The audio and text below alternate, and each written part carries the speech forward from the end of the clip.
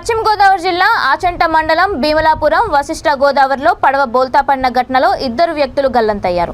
గల్లంతైన వారిలో వల్లూరు గ్రామానికి చెందిన కుడిపూడి పెద్దిరాజు, దొడ్డిపట్ల గ్రామానికి చెందిన సిరగం వెంకటరమణ కాగా మిగిలిన ముగ్గురు సురక్షితంగా బయటపడ్డారు. కొబ్బరికాయల లోడ్తో అధిక బరువుతో పడవ వస్తుండగా ఘటన చోటు చేసుకుందని ప్రమాదాన్ని గమనించిన స్థానికులు, అధికారులు వెంటనే ఘటనాస్థలికి చేరుకొని గాలింపు చర్యలు చేపట్టారు. సామర్థ్యానికి మించి పడవలో అధిక బరువు ఎక్కించడమే ఈ ఘటన కారణమని తెలుస్తోంది.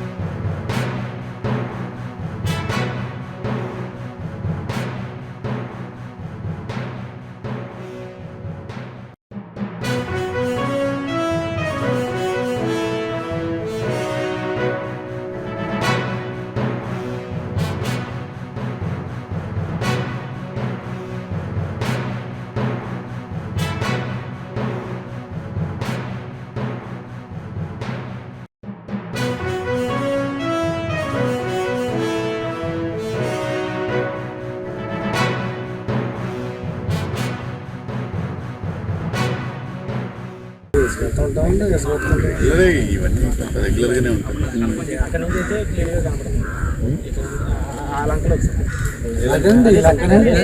ఇదే కదా ఈ కాపడ లంక కనిపించదే కదా. ఇక్కడ రేవు ఉందండి, రేవులో చేసుకుంటాం. దానికి ఆపోజిట్ గా ఒక రేవు ఉంది సార్. అక్కడ నుంచి చాలా దగ్గరగా ఉంది సార్. అక్కడ ఎక్కి అందులోకి వెళ్ళారు సార్. అక్కడ కాయ వేసుకుని ఇలా వస్తున్నారు. అంటే అక్కడ నుంచి అట్లే పోయారు. అట్లే వెళ్ళాలి కదా మీరు. కాయ డౌన్లోడ్ చేయడానికి ఎలా వస్తున్నారు.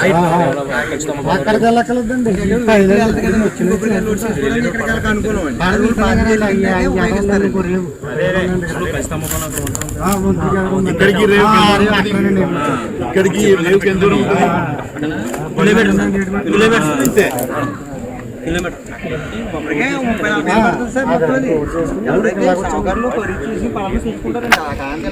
ఇది మంగళమే, అది మంగళమే. బహుశా మన చచ్చిపోయింది మంగళమే, అక్కడ బొల్లి రోజు చచ్చిపోయింది మంగళమే. లేదు నుంచి ఇంచుమించు